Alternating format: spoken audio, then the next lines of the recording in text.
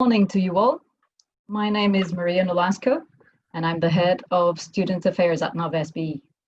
I will be the host for today's session. Firstly, I'd like to start by welcoming you all, in particular to the new students who will be starting the program this year. Be very welcome to this great community and congratulations. To the current students, we hope that after a very challenging semester, that you're now enjoying a well-deserved break for the summer. So today's session, as you know, is an information session about the reopening of the campus and the planning for the fall semester. And it will be led by our Dean, Daniel Traça, with the support of Rita Ramos, the Program Manager for the Master's Programs, Paula Caria, the Program Manager for the Bachelor's Programs, and Madalena Reis for the Life at Nova team. And without further ado, Danielle, the floor is yours. Please do share your questions using the Q&A functionality, and we'll address them after Danielle speaks. Thank you. Thank you, Maria. Hi, everybody. Welcome back. I guess you're still during your break, but you're either planning to come to Nova or you're planning to come back to Nova. And so it's a great pleasure for me to speak to you today, to tell you a little bit about what's been happening and to tell you mostly about what's going to happen. It's now been about 4 months that we had to close our campus due to an infection and of course the lockdown. And these have been very interesting 4 months. I think the school has done a tremendous effort of responding to the needs of the students, of everybody, but mostly to the students. And I think the fact that students, faculty, and staff work together allowed a transition, a 2-day transition to online learning, which was very important to make sure that we all were able to reach our goals during the year. So it was not perfect, but it was as good as it could be given the circumstances. But we didn't just move to an online learning. We were very concerned with the implications that all of this had, for example, in terms of providing emotional support to the dislocated students, to the international students, to the exchange students that were tive a bit more alone wherever they were. And so our team doubled down on the effort to provide support to these students. And we also worked to help some students whose families were starting to feel some economic hardship, to allow them to basically find ways of addressing the issues of tuition during this period. So these were programs that we launched that allowed us, again, not just to move to online, but also to address the needs.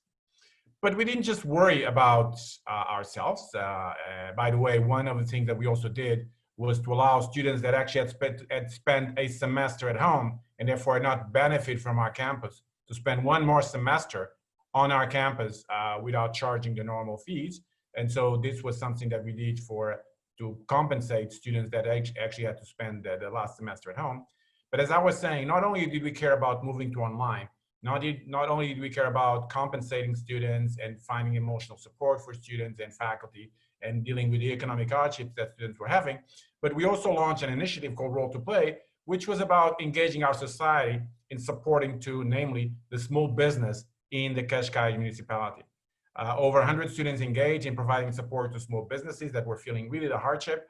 And in addition to that, our faculty launched around 51 webinars where over 16,000 people took part. So the lockdown for us was about this. It was about addressing academics through online, was about addressing the needs, the individual needs of people, be it students, be it faculty, but namely students. And it was about also creating an impact on the community around us that was suffering many times much more than we were.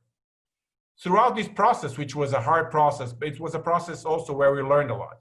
And we learned 3 things that I think are very important. We learned, 1, that our community, our ability as faculty, staff, and students to come together, to discuss, to hear each other, and to come up with solutions for the problems that come is critical for our success. We learned also that being on our campus is different. We want to be in our campus, we miss being in our campus, and being at home is not the same thing, and we want to be together in our campus. But we also learned that learning, although digital also will fundamentally change the way learning happens, and that was true before COVID and will be true after COVID, there is no way that we can actually learn all the things that are important nowadays: collaboration, creativity, execution, international sensitivity. There is no way for us to get all those skills staying at home and watching online. And we learned that presential learning, being on campus, face-to-face, especially on our campus, is critical for what our school is. And it is with this in mind, with this twin idea of we need to be back on our campus. That's where our home is. That's where we can learn as we should. But at the same time, understanding that we need to protect the health of everybody in the middle of this pandemic was with these two goals in mind that we planned for the next year. And for the next year, the first thing is obviously, as you might know by now, presential classes, standard face-to-face classes, and life on campus have to return and have to be reestablished as the core of our community. And this was critical, and this is what we're going to do. Okay. But at the same time, as I said, we want to be on campus. We want to learn on campus. We want to be inside the classrooms. We want to be conversing with each other, listening to the teachers. But at the same time, the health of students, of staff, of faculty remains a key priority. And so how did we come about bridging these two goals? Of course, the number one is in terms of protecting health on campus. We have imposed very strict protocols for hygiene on our campus. Okay? We didn't just do it by ourselves. We got the support of ISQ, which is a certification agency, and now we have the COVID out certification, which means that they have validated our processes and they'll randomly check to make sure that we're complying with it. Okay? So, for example, this means that the campus has to be closed at night because for cleaning purpose. Right? So we've pushed very hard on the hygiene and making sure that we protect everybody's health. We will control access to campus only to authorized people, students, staff, faculty, and guests. So, and this is very important. And whenever you are on campus, everybody's going to have to be properly identified so that we know that people that are on campus are part of our community, and that if something happens, we can trace everybody and follow up on the consequences of it. We're going to require a continuous use of masks, and social distancing is basically marked on campus. And of course, social distancing here has an important consequence, which is the capacity of classrooms is going to be dramatically reduced. On general, every class will basically be able to hold only about 1/3 of the number of students that it normally holds. And this means that our teaching models has to be adjusted. In particular, although again, presential learning is going to be the core of everything that we're going to do, we're going to have to bring some blended models to basically allow us to deal with the class size and with the number of students on campus. And so, in particular, the way this is going to work is on master's programs in master in management and in the master in finance only. Some of the core courses are going to have a twin model approach of blended learning, where some sessions are going to be asynchronous online and some sessions are going to be presential. So this is going to be a 50-50 split. Okay. The other element of what we're going to do is also we understand that the job market is going to be affected by COVID. We understand that we need to double up on our efforts to find opportunities. And so we have a new program launched, which is going to basically try to attract foreign companies to recruit on campus using digital. So in terms of the job market, this is one point where we're really going to leverage digital to increase the opportunities for our students. And finally, our team, Maria has just introduced the team that is here, but many other people are going to be, as always, around the clock, around the school, and online to support you and provide you with all the help that you need. Okay? We believe that with these adjustments, again, focusing on health and security, but bringing presential class so we can learn, we can bridge health and learning and have a very successful year. But of course, more than anything, we want to keep on counting on the responsibility, on the generosity of everybody to make sure that we comply with standards, that we behave responsibly. Because remember, we're not just protecting our own health, we're not just protecting the health of our community, it's about our responsibility to the entire society. So these three things, responsibility of each and all of us, our standards for health on campus and our monitoring of those standards, and our effort to make sure that we do as much presential as possible. And even the stuff that we do on digital, we're going to ramp up quality. These three things, I think, will promise us a year that in the circumstances of what COVID has pushed us to do is going to be a new year and the beginning of something new where we're all going to have a great time on campus. We're all going to learn a lot. And each one of you as students is going to be, again, put on a path of your future, which is going to be great after all of this. And so I would stop here. I'd just like to wish a word of thank you to the team that's here, and also to the team that's home helping to address you, to our faculty, but of course to all the students of NOVA, without whom the adjustment that we made to the COVID situation would not have been as successful as it was, and with whom we continue to count for a tremendous year next year. And that's each and every one of you. Thank you. And now I would basically just try to answer questions. Maria will be reading up those questions and we'll be addressing them. Yes, Danielle, we have a question here from Nun Souza asking if until September the number of cases drops dramatically, for example, 10 per day or less, will NOVA consider doing all classes on campus? No, at this point, the issue for us, remember, the way we're handling this crisis is we now have a case. It's not a case that actually affects the part of Lisbon where the campus is. It's a case that affects the north of Lisbon mostly. But it's going to be like this for the entire next year. And because it's going to be like this for the entire next year, we have to always think about health, about what happens on campus throughout the year. And this means that, for example, we cannot have everybody sitting in the same classroom. The kind of social distance that it implies is simply impossible, right? And so we need to be vigilant, not just over the next 2 months as we deal with this. We need to be vigilant for the entire process until we get to the end of until we find a vaccine. And basically that's our approach. I mean, it's not just one day or another day. It's about having a consistent policy that makes sure that when you are on campus, when faculty is on campus, when staff is on campus, they feel as safe as they could. And that's where we're going to keep on doing this. This said, I want you to be very aware that your experience on campus is not going to be fundamentally changed. You're going to have maybe spend a little bit of time, less time, but we're trying, I mean, remember, only a few courses and only in the Master in Management and in the Master in Finance will be affected by this, okay? And in the bachelor program, there's going to be a different approach to this, but because it requires very large classrooms, okay? But the important thing is, I think that what you will find is that your experience, and this for us is a test.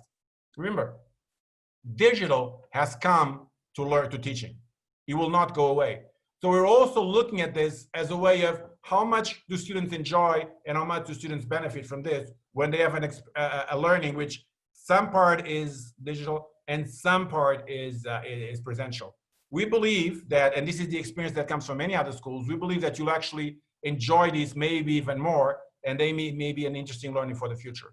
So for these two reasons, because we believe that this is going to be a great model and that you'll enjoy and that you'll benefit from it and that you really will, you actually will not want anything else afterwards. And also because from the point of view of health, the capacity on campus has to be reduced throughout the year. For these two reasons, we're not going to basically come back and just change everything at the last minute. Danielle, we have another question from Patricia Caetano. Is there a plan regarding exams and midterms, and will course evaluation change? Exams, midterms, course evaluation will be on campus presential for every course. Okay, just received another one from Yana Petrova. Will there be any career fair the following year? There will be a career fair. Career fair will not be stopped. We are actually, in principle, is maybe trying to do it digitally, but we actually consider scaling it up, because what happens with digital is that we can actually start bringing many more companies from the outside. So we're going to invite many more companies, many more international companies to participate by allowing you the opportunity to speak to these top companies, but through these digital presences. By the way, one of the things we're trying to do, as I mentioned, is to scale up international recruitment by leveraging digital. I think this is one place where digital will change the way we work. We're ramping that up, and I think this is going to be very important because we want to create even more opportunities for placement, international placement for students. And this is something we're spending a lot of energy doing already. Danielle, following there's another question about the career fair, but encompasses other events. So it asks, Diogo Marques asks, how will the career fair take place in September, as well as other events that Nova usually hosts for students in general? How will that work? So depending on this, or depending on the kinds of events, we're going to have different approaches to it. For example, Discovery Week, which is the week where you arrive on campus, okay, it's going to be partly digital, partly presential. You're going to have one day on campus where you're going to be able to meet and to socialize and to get to discover the campus. But you're also going to have some digital components to it. Now, what we're doing is we're leveraging the digital. So once you bring some of the events to digital, you can actually start bringing speakers that normally would you not be able to have. Top speakers from international companies, alumni that are in top place in international companies, may decide, we're bringing them into this, right? So wherever we are bringing some digital elements to it, because as I said, from a health perspective, it's the safe thing to do, we are taking advantage of this to create even more international events, which is going to be a good thing because it's going to create many more opportunities for you.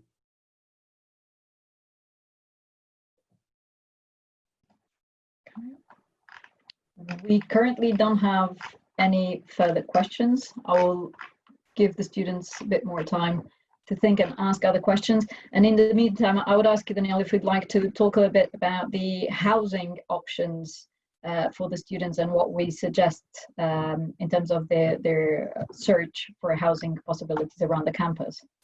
Yeah. So one of the aspects that I think it's important, and especially for Portuguese students who are seeing me, is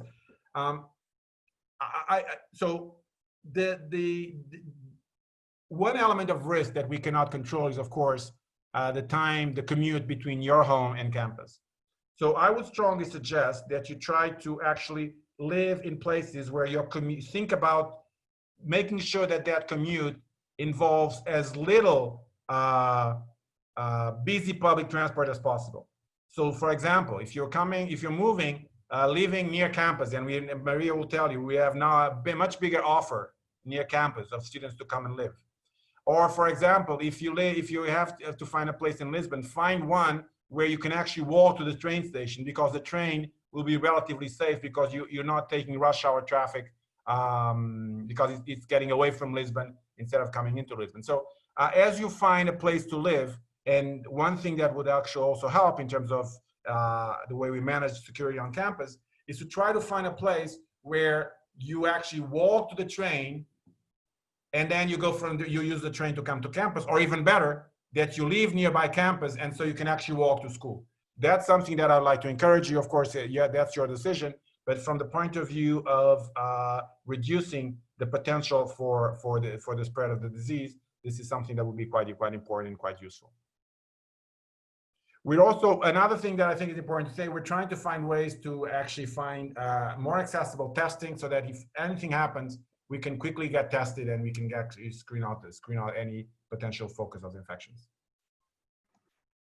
Now here, potentially for students who join a little bit later, if you could maybe recap some of the measures, the health and safety, because we have a question here asking whether we will have to wear a mask all times. So it could be good to recap on the measures that we're implementing for the students on campus.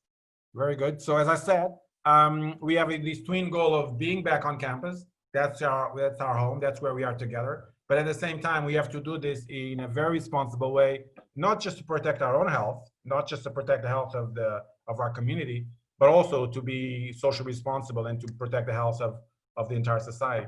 And so three of things that are very important in terms of life on campus. Hygiene is very important, and we are working with the ISQ, and we have a stamp, the COVID out stamp, which means that our hygiene processes are as tough as they could be. And ISQ not only has given us indications, but will perform random checks to make sure that we're following up on that. So that is a very important element of what we're trying to do to preserve health. Second is circulation on campus will be only of students, faculty, and staff. So we're not going to have the same system where everybody can walk in and out, because we need to know who's on campus so that if there's anything happens, we can advise them. Of course, if there are any special guests, all they have to do is just go to the entrance and register and get a card. So that can also be done, but they need to register. It's not free access. And we're going to require the continuous use of masks and social distancing. Social distancing in the corridors, social distancing in the common rooms. Of course, outside, because it's open air, it's a little bit lighter. And as I said, and continuous use of masks, just to finalize, everybody will have to wear masks continuously all the time while they're on campus, especially if they're inside. Okay, Daniel, we're receiving more and more questions, which is great. I'm gonna add two questions together, one from Antonio Pedro and from Mariana Felipe. Antonio asks, will classes going to start as in the expected date, so in early September? And Mariana asks, will the online classes be improved? And I suppose this is when compared to this past semester, right? I think there are some courses in which the professor really needs to write on the board so that we can follow what is being taught. In this semester, it was not possible as all the situation was unexpected. However, in the next semester, are you considering this? So the answer to the first one, yes. Classes will begin on the 29th of August as planned. And, you know, we are committed to doing this. So unless something something fundamentally changes, we will be committed to the 29th of August. And in terms of the quality of the online components and again, not all classes will be, the majority of classes will not be online. Okay, only a few classes will be online, but not even online, will be blended. Okay, most classes will be fully presential. Some classes will be blended. But the point I wanted to make is even the ones that are blended, we're jacking up the quality of the online component of that blended in two ways. In some courses, we're going to, instead of just using this idea that this webinar model, we're going to use a model where faculty is now already very busy producing content that you can use and that you can actually see it at your own leisure, so you have more control of your time. And it's basically just going to be material that you have to prepare to go to class and discuss. And this is what we call a flipped classroom model, where you learn the theory by listening to the teachers, and then you go to class and you discuss it. And in other cases where it's going to be synchronous, meaning that it's going to be more of a webinar format, this will be mostly for the bachelor program, we're actually jacking up, for example, allowing through the use of surfaces that faculty can actually write directly, not on the board and being filmed, but can write directly on the screen in front of you. And I think this next question follows nicely on what you would ask, talking about, Danielle. It's specifically about the Masters in Management, whether all courses will be 50-50, so on-site and online, or just the mandatory ones. And I think if you could elaborate on the advantages that this brings to the learning process, I think this could be a good timing. Absolutely. So again, for us, this is also, we see a huge potential in this. So by the way, number one, the only thing that will be blended will be the core courses in the Master in Management and in the Master in Finance. Okay? Everything else in the Masters will be fully presential. Okay? So in the Master in Management, the blended, the mandatory courses, there are 3 mandatory courses and 3 full semester mandatory courses, and these are going to 4 full semester mandatory courses, and these will be blended. Okay, now what we are doing there is, remember, many of these courses have a lot of theory part. So what we're doing with the faculty is developing new content, videos, games, all sorts of things, where you will be able to capture that theoretical content, which normally you were going to the classroom and just listening. And you can do this at your own leisure. You can do this at your own pace. You can see it again. You can, if there's any question, you can double up and see it. And then the idea is you go to the classroom and you have a free time there to discuss, to raise the issues, to raise the questions. So this model I think for us is a model that we think has a lot of future. A lot of times what you spend on classroom, you're just listening, and that I think is better for you to do it with time, being able to see the video again. If you have a question, if you have a question, you can see it again. If you have specific questions, you can email the faculty that will be supporting you on this. And then you go to the classrooms and you have very important discussions because everybody will have learned the theory. So this is the model that we are using for this blended model, for this blended system in the core, only in the core courses of the Master in Management and the Master in Finance. we believe that through this, you will learn much more than you were learning before. And so we see these as an opportunity for us to accelerate a learning process that can actually be very beneficial to all of you. And so we will see at the end of this, we'll listen to your opinion and we'll think about what this means for the future. But in the end, this is also something that for us is the only way to have enough space on campus to be able to allow us to preserve social distancing at the same time that we provide you with a very hopefully high quality learning experience.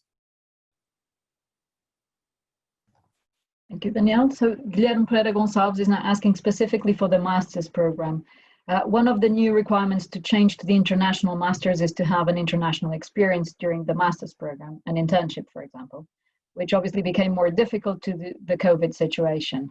Are we considering other requirements? Can we, and this is one question. The second is about the additional semester. Can we use the extra semester to do Erasmus program? And here, I don't know if Rita Ramos might want to jump in to help. This is a very specific question. So Rita, you want to come in and raise this about this last issue? I'm sorry, what is the issue? About doing an exchange during this. Maybe let's just make one point. When the way we provided the extra semester, and this is for students that were our students during the lockdown, that for one semester basically could not enjoy the campus. And we understand that the campus is a critical element of our experience. And so the way we try to make up for this is to allow these students to spend one more semester on our school without charging the normal fee that students pay for an extra semester. But again, we did this with the idea that students would like to come in and enjoy the campus, okay? So now the possibility of engaging in an exchange program was not something that we had thought through, and it depends fundamentally on the availability of slots that students can use. But Rita, I don't know if you want to add something to this. So I'll just rephrase. So there was one question about the additional semester. So if we can use it to do Erasmus, to do the exchange program. And the other one is that if we are considering a new or other requirements to change to the international masters, given that the international experiences like internships are now a bit more difficult due to the COVID situation. We don't expect to have any changes in the international track requirements. So yes, the international or the exchange program or the international internship are still required. Well. But Rita, let me just, so 2 points. I think the important thing is the flexibility of it. We will be, the way the pandemic evolves will define lots of adjustments that will happen throughout the year. Obviously, what I'm saying is, should we know, is a platitude, right? Now, what we have done in the past is that this whole process of adjusting to the reality on the ground comes from listening to students, conversing with students, understanding the options, and coming up with solutions throughout. Okay? So this is the way we've handled things in the past. It's been very successful, and we expect to continue to handle them this way in the future. And so issues like the ones raised, which again, as I said, so Rita does, we haven't at a final position on this, but obviously, if students cannot travel, they cannot do an internship abroad. Yes, but for example, I know that the Career and Corporate Placement Office is launching a program that will help students get that international internship. So of course, NAVA is always here to help. And in the end, if like you said, if we have to review, then we will. But we will make sure that we will help students. And the aim is to help them get that international internship. Yes. Obviously, because I mean, anyway, if you decide to do this program, it's because you're looking for this internship. So The first solution is to try to make sure that we help you get that internship. If that doesn't happen, that this will not be something that will prevent graduation or people moving forward with their lives, obviously. Maria?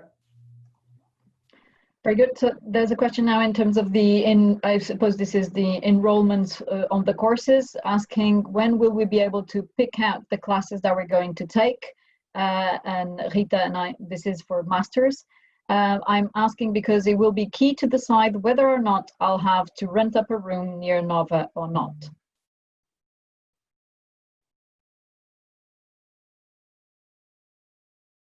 You want me to answer that question? So Yeah, sure. the enrollment process should start. I don't have the deadlines in my head at this point, Maria, maybe you do.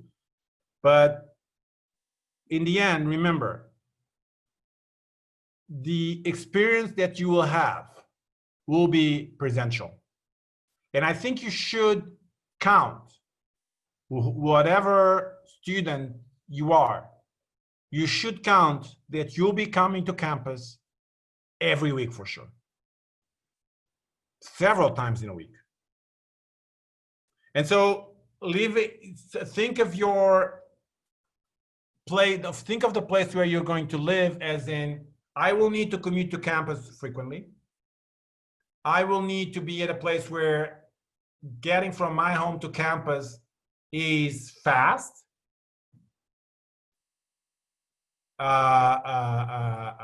not easy, and safe from a health standard. And if you need more support in this, you should speak to Life at Nova. Maria can give her own is Maria's department, and then they'll provide you with all the support that you need to find out where are the places where you should look for housing, and where are the kinds of locations, and what are the pros and cons of each location. So plan to be in a place where you will come to campus very frequently. Of course, unless you're doing your thesis. If you're doing your thesis, that's a different topic. But if you are in the first or the second semester of your master's program, if you're an exchange student in the bachelor program, plan to come to campus very frequently, and plan a place to live where that commute is, as I said, fast, easy, and safe. Thank you, Daniel. And if I may add, so for the masters in particular, the enrollment process for the fall semester will be starting on the 18th of August. And regarding the housing, just to complement what you just said, you can always reach out to the Life at Nova team in lifeatnova@novasb.pt, and we will be able to help you make up your mind and decide, because we have this partnership model with several partners that you can find on our website. You obviously can contact them directly, but if you have any issues, or if you need a bit more help to make up your mind on where to live and how to choose, do reach out, because the team will be able to help. And I think we can follow on nicely to a question about transports again. So the students that live far away from college and need to pick up the train, will the shuttle between the train and the college be active? This is for the Mobi Cascais, and the Mobi Cascais this shuttle has been suspended now during the summer. We don't have details yet about when it will restart, but we're pretty sure that everything is going back to normal. So as soon as the activity on campus resumes, the shuttle will also be active, but we can share further information on that. I don't know, Madalena Reis, if you want to add onto that, or Danielle, if you want to add to that question. No, I would just say that, I'm sure it's going to be operational. We also will try to make sure that there are more slots, because sometimes it comes a bit full, because there's a lot of many students arrive at the same time. And so I would encourage you, you can use that train, but you can also walk, because again, from a safety perspective, lots of people getting off the bus, getting off the train, and having to everybody wanting to go in the same bus. I'm not sure it's going to be a very safe environment. So I would encourage everybody to walk. But when it rains and stuff, we're certainly going to have those buses available. I mean, we're going to have the bus available all the time. I would just, from a health perspective, if you can walk, it's It's healthier for your body. It's healthier to avoid crowds. And it only takes 15 minutes. Another question here about if the program, the Erasmus program, be affected with this whole situation. So from our perspective, we will be receiving students, and we will be willing to send students out. It depends. Now, if the other schools, for some reason, have different policies, we will adjust to that. But we are open to receiving students, and we are opening to our students going into the exchanges that they've already been committed to. Now, a question from Margarida specifically about the bachelor's. How will courses in the bachelor's program be split between presential and online? If you can go back to that point. Yes. So many courses, so it depends on two courses. So your quantitative courses are now going to come up with a whole new model that we're testing. And it's a model where it's more sort of a blended asynchronous model, where the faculty is preparing videos so that you can actually get the theory and see the theory over and over again. And a lot of the classes, even with the faculty, are going to be classes of practical classes. So we're testing a new model, and we believe it's a model that the faculty themselves say is much better for you. And we believe that if this works, you see something that may actually stay. Okay.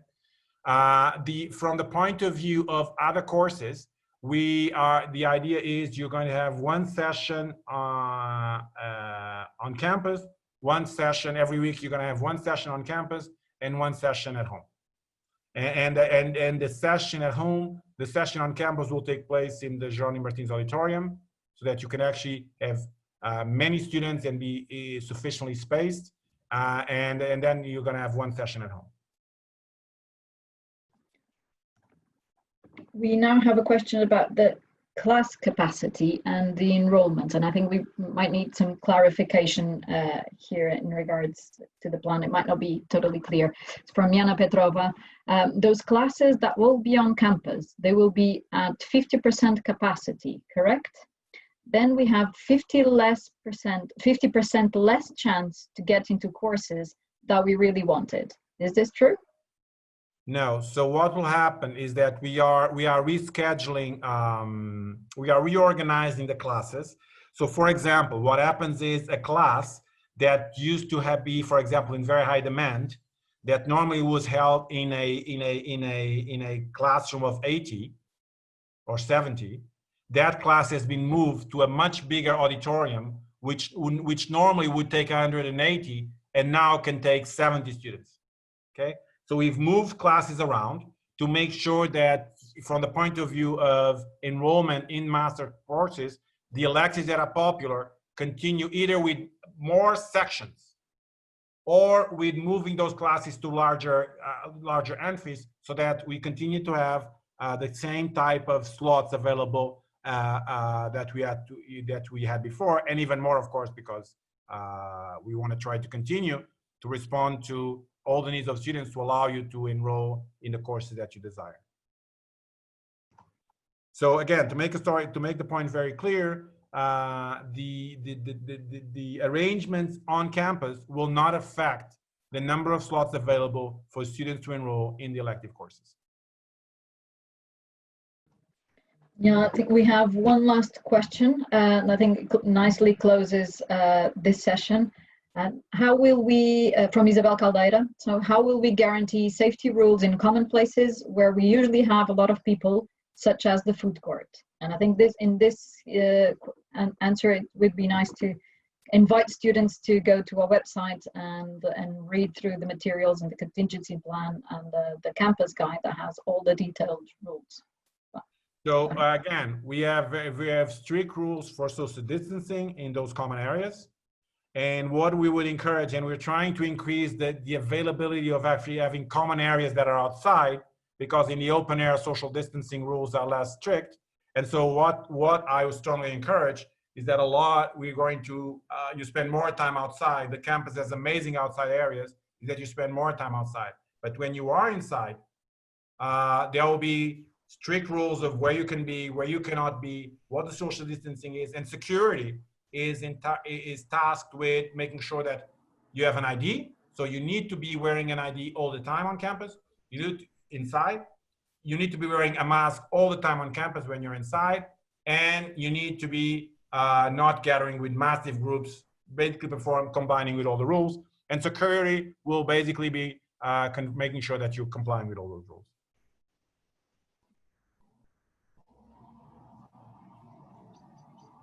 We do not have any further questions at the moment, and I think we're just on time to close. So I hope, thank you for being here. Thank you for listening. Thank you for being with us, not just now, but in the past, in the future. And I, for one, am really, really looking forward to getting back to our beautiful campus, finding it safe to be in, finding it, seeing how we as a community behave responsibly, and above all, how we have fun and the great time that we expect to have when we are together in our campus.